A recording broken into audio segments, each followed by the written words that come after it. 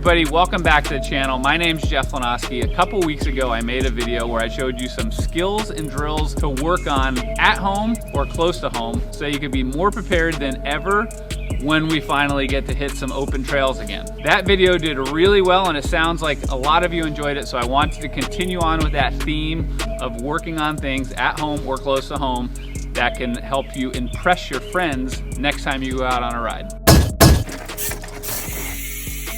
Some of these tricks are pretty useful, some are pretty useless. We're gonna start with the most useless one, but it is something super cool to impress your friends. This one's called the X-Up track stand. I haven't seen this one on Instagram or any place yet, so let me show you how you do it. It is a natural extension of that last video where I gave you some tips on learning to track stand. I'm gonna pedal into it, and I'm gonna use my front brake to go back. So the first thing you need to check before you try this one, make sure that your bars can go around without hitting your brake levers or anything on the top tube. If you hit your top tube with your brake levers, I'm not responsible. Check before you try this move. When you're doing a track stand, you usually start with your wheel on a 45-degree angle, and you're gonna wanna cross up all the way. So this gets pretty contorted to try to go back in that position. So here's how I like to do it.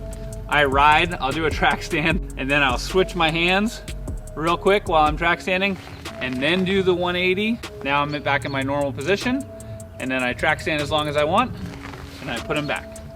So I'm gonna track stand, switch my hands, turn the bars. Now I'm in a normal track stand position. This is actually pretty easy. These slack head angles make it kind of hard to X up. And then track stand as long as you can.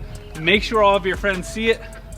And then when it's time to go, you're just gonna put them back and take off. That's the cross up track stand.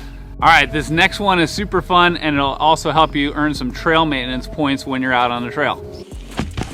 It's called the tire flick. And this originates from a sport that was over in Europe for a really long time called bicycle ball, where you ride and you hit the ball with your front tire.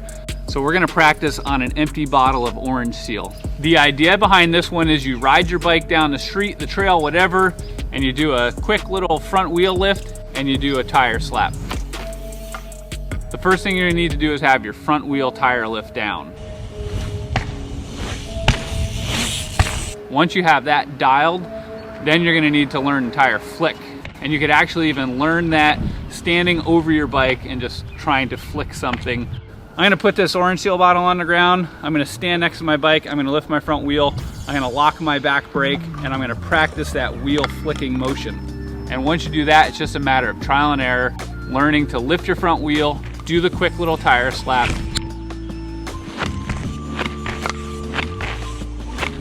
There you have it. The tire flick is a ton of fun. It's useful on the trail. It's courteous to clean your way for fellow riders behind you, and it's just a cool way to show off. Now on to the next trick skill you want to work on. This is super fun to work on flat ground, and when you get it really dialed, you can take it to the trail and do a cutty. So if you've ever watched a video and you've watched a rider go into a berm and shroup it, roost it, kick up some dirt, whatever you want to call it, that is a cutty. So how do you do a cutty? First thing you want to do is find a nice open space with some flat ground, pavement, grass, but you want something with decent traction when you first get started. You want to start making S-turns and linking those turns back together. If you've never done this before, just do really easy S-turns. Practice linking them together. Pay attention to your body. When you go into these turns, each time you hit the apex, you're gonna feel the most amount of G-forces through your feet and your body. So what you wanna do in order to gain speed is when you feel that G-force pushing down on your feet, you need to push back down into it. Okay, so how do you transition the flat turn drill into a cutty? Once you got this pretty dialed on either grass or pavement, something with real good traction, you could try taking it to something a little bit looser. So try to find a gravel road or something a little less grippy, and you want to start these same drills, but make sure you dial it back, because once you start pushing back into those turns, you're gonna be able to break your wheel loose. Have fun with it. If you want to set up some cones, if you just want to make imaginary turns, but it's all about repetition, doing it over and over, getting familiar with what those traction points are, and then when you get out on the trail, you'll be more familiar with what your bike can handle, and you'll know just what you need to generate speed, and you'll know just what you need to shroup some dirt and kick it up in your buddy's face. All right, so the last skill that we want to work on is going to be the most advanced one, and that is a nollie.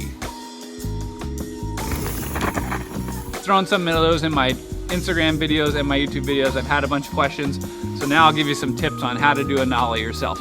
If you know anything about skateboarding, a bunny hop on a skateboard is called an ollie, and a nollie is an ollie off the front of your board. So instead of lifting your front and then your back, on an ollie, you lift your back, then your front. It's a pretty fun trick. It's pretty advanced, but you can practice this at home fairly safely if you do it under controlled circumstances. All right, so the first thing about doing a nollie, you have to have the rear wheel lift on flat ground down pat. This is a lot different than a nose wheelie or a stoppie, because on those you use your front brake. On a nollie, I try to never use my front brake because I'm typically going pretty fast, and I'd rather just rely on lifting my back tire and popping off the front than using my front brake and possibly getting a little bit too much action and going flying over the handlebars.